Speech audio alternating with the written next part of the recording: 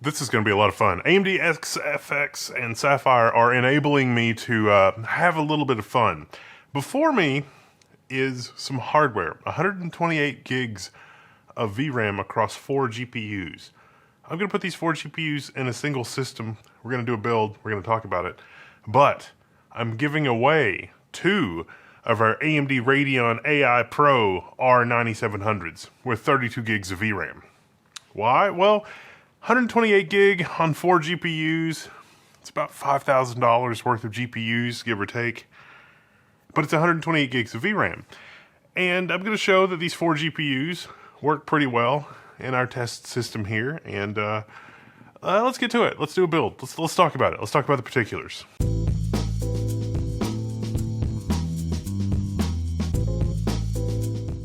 Now, the R9700 is the first generation of GPUs, RDNA 4, that AMD is really leaning into the AI capabilities. And you have to understand that AMD's ecosystem, it's different than NVIDIA. NVIDIA has similar silicon from the very small to the very large.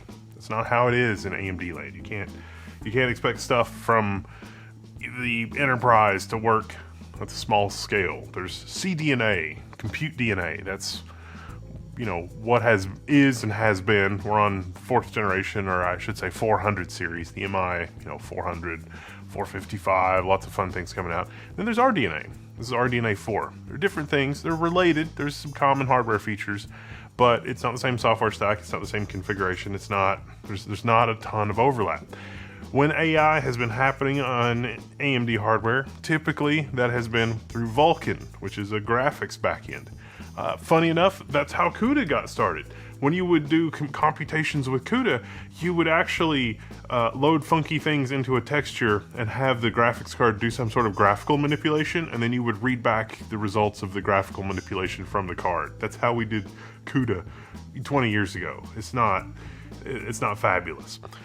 RDNA can do compute as well, and ROCm is getting more support and better support for all of that every day. We're going to take a look at Lemonade on Windows in just a second, but this is going to be a workstation where we do some setup and we work primarily in Linux, but I am going to touch on Windows a little bit. Now, if you're going to put 4 GPUs in a computer, you really have to plan your build carefully. This case is the Silverstone CETA H2, or CETA. I did a review on this separately. There's a lot of Silverstone parts in this case, as it turns out. 4 GPUs, they're 300 watts each, 1200 watts. I've found in practice that these GPUs actually top out somewhere around 280, 290 watts. They'll tickle 300 watts, sure, but mostly they're around the 280 watt mark. And so let's just call that 1200 watts for your GPUs. Now, this is the Threadripper platform. It's going to be another 280 watts for the CPU, just off the bat. Let's say that's 300 or 400 watts by the time you get all the other accessories and stuff like that in there. So we're north of 1600 watts. Well, around 1600 watts, give or take. It doesn't really give us a lot of options for power supplies here in North America. I really think there's only a couple of options. We've got the Tai Chi, which is a power supply that has built-in temperature sensors from ASRock for your 12V2 style power connectors from NVIDIA. And then Silverstone themselves also have the Zeus 1600 watt power supply. And either one of those would be a fantastic choice for this platform. For our cooler, it's a Silverstone 360 millimeter radiator. It's mounted here in the front. I'm also using a ton of Silverstone fans in the top of this thing and in the back for adequate cooling. It's a careful choice of motherboard as well, and a careful choice of case. You see, if you got 4 GPUs and all 4 of them are 2 slots, that's 8 expansion slots. But if you look very carefully at modern motherboards, even our giant Threadripper motherboards, there's only really 7 slots. So you have to have a case that has room for the last GPU to hang off of the end of the motherboard. And there has to be physically 8 slots at the rear. There's not a lot of cases out there that are like that anymore. This is moving squarely into the ultra premium case configuration. A lot of your favorite case makers are not making cases anymore that are made with metal this thick, this kind of rigid construction, 8 cases with an eye toward extreme sound dampening. But that's what Silverstone has done in the SATA H2. Now I've got versions of our R9700 from both Sapphire and XFX. But as these are pro cards, professional cards, there's really not a lot of variance between them. There's 4 DisplayPort outputs. They don't have HDMI as their consumer counterparts do. I actually like that, and especially like that on the Linux side of things. You see, the HDMI consortium does not believe in treating Linux people like real people, like the open source thing. It is a constant problem. You and I, the folks watching this video, are going to have to infiltrate the consortium and change it from within by replacing the people that are there, because they seem to be kind of closed-minded when it comes to open source. But that's maybe a topic for another day. Even Threadripper trembles when you have this many GPUs, so there's not enough PCIe lanes. I mean, okay, there should be enough PCIe lanes, but Asus figured out that maybe they didn't do something amazing when it came to the PCIe layout. X16, X16, X8, X16, and there's also an X4 slot in there for the chipset. But this is an old version of the TRX50 Sage motherboard from Asus. There's a new version that's A that has a little bit better PCIe layout. But man, that bottom slot is not PCIe Gen 5. They did that to save costs. So this is TRX50. WRX90 doesn't have these problems, but of course that's more expensive because you'll have to have a WRX90 motherboard and a Threadripper Pro CPU. Those non-Pro CPUs, not gonna work in the WRX90 motherboard. So our 4 GPUs here on our TRX50 platform, only 8 lanes. And even though the bottom one is 16 lanes, it's 16 lanes of Gen 4, not Gen 5. Why? Yeah, that's pretty impressive. We're only idling at 123 watts, give or take. Well, idling, I say, but we're getting ready to restart with all 4 of our GPUs in here. Now, we're gonna do some quickie testing on Windows, but for my next build video with this, where I'm showing off some of the more complicated things, we're gonna be in Linux.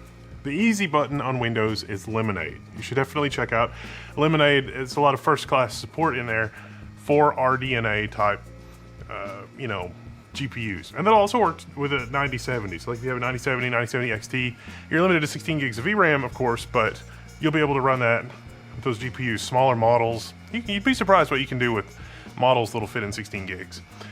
Our 4 GPU configuration, breathability is definitely a concern. You got to make sure that the GPUs are screwed in just right so that they have the appropriate gap between them so that they can breathe. And believe it or not, the blower style cooler is what you want when you're working with this kind of a density. You can see that even on competing NVIDIA cards. The RTX Pro 6000 with its flow-through design is not going to work great when you've got 4 of them. But if you get the workstation version, it's also a blower style design. If you get the server style, there's not even a fan. It relies on the servers for the fan, and you need a high amount of airflow through those GPUs. But the performance here, look at this, tokens per second, image generation on just a couple of different models using our Lemonade server. And this is a worst case scenario in terms of performance. Because our GPU to GPU bandwidth is a little limited on 2 of our 4 GPUs because of TRX50 Asus design considerations, even though we've got the lanes to do this now on 9000 series Threadripper, this would be even faster on Threadripper Pro because you can get all 4 GPUs connected with 16 PCIe Gen 5 lanes. Alright, so this is our Lemonade setup, and I just want to run through this with you real quick to show you some of the pitfalls and gotchas. Lemonade's really designed for like 1 or 2 GPUs. I've got 4 GPUs in here. I've got 4 R9700s. And even just loading the, Qwen 3 Next ADB and a Q4, which means it's 45 gigabytes, which it should fit on 2 GPUs. We can see the memory usage in Task Manager. It's using a lot of system memory, and it's running on 3 out of our 4 GPUs, but we're still sort of loading, stuck loading the model here. This is because by default, it will try to memory map the model that you're loading through system memory. Now I have 128 gigs of system memory, but I also have 128 gigs of GPU memory, so 256 gigs of memory in here total. There doesn't seem to be a checkbox or a disable thing in Lemonade to turn it off loading through system memory, because you can just load it directly into the GPUs and it doesn't have to live in system memory. And keep in mind too that this model is 45 gigabytes, but I'm using 81 gigabytes of memory, give or take, because it's loading in kind of an 8-bit configuration. So Lemonade is awesome, but Lemonade is more for like your 9070 XT or dual 9070 XT or one or two R9700s. If we flip over to LM Studio, we can see that it's working a little better, although it tops out at about 6 tokens per second, which is way slower than I can get when I've got a properly optimized ROCm configuration. But just out of the box, if I go to LM Studio, even if I do beta runtimes and I look, ROCm is not an option here to install on LM Studio on Windows. Whereas on Linux, even with LM Studio, I can use the ROCm backend. So yeah, but you know, your mileage may vary, and Lemonade is great. You should definitely check it out. What are we looking at for power utilization? Oh, it's 500 to 900 watts. So I know that I'm leaving a lot of performance on the table, even though Lemonade is getting pretty good performance, but it's only really using like 2 to 3 GPUs. We can do better. All right, so if you want to get a head start on the Linux side of things, installing Ubuntu 24.04 LTS is where you start. Everything worked out of the box, nothing special was needed. Make sure your BIOS is fully up to date. You got resized bar enabled. I've already got the guide on the forum if you want to get a head start. At the end of the how-to, there's some good documentation from AMD. There's a couple heroes in the AMD community that are doing amazing things on GitHub that is linked to on the guide. Basically, you're going to update your kernel and you're going to follow the guide. For me, for my setup, I was able to use Secure Boot in the guide from AMD. They talk about disabling Secure Boot, but I made a couple minor changes to the how-to from AMD. That is all linked there. And then you're up and running with VLLM. I've also got the benchmark results from the peer-to-peer bandwidth. You know, I basically got 2 cards running at Gen 4 x16 speeds and 2 cards running at Gen 5 x16 speeds on our TRX 50 platform on this particular motherboard. Now I could have gone with a different TRX 50 motherboard and gotten a little better situation than with the Asus Sage, including Asus's new Sage motherboard that has a little bit better PCIe layouts. But again, getting off topic, this is the how-to get you up and running in Linux, and the performance is pretty awesome for both VLLM and AI toolkit. Yeah, if you're gonna run like Z-Image Turbo LoRa with, you know, like 1024x images, these cards are insanely fast, and that's the last image that I have here. It's like, oh, look at that AI toolkit showing all 4 of our Radeon AI Pro R9700s. How can you not be excited about that? But hey, also, I'm giving away 2 of the GPUs in this system. There's a level 1 forum thread for that. I want to see your projects. What are you working on? What do you plan to work on? What are you currently working on? Are you a student? I'm gonna pick, it's not gonna be a random draw, so it's not a random giveaway, but I'm gonna pick 2 people, each to receive one of the 2 R9700 GPUs just for interesting projects from our community. You've got a better shot at winning if you were already a member of the community, but if you've got an interesting project, I wanna see it. And what is level 1? This has been a quad R9700 build. We're gonna do some fun things with this in the forum and elsewhere. Turn it into another video or 2 or 3, depending on how it goes. I'm one of those level 1 techs. I'm signing out. You can find me in the level 1 forums with this monster. All right, I'll see you later.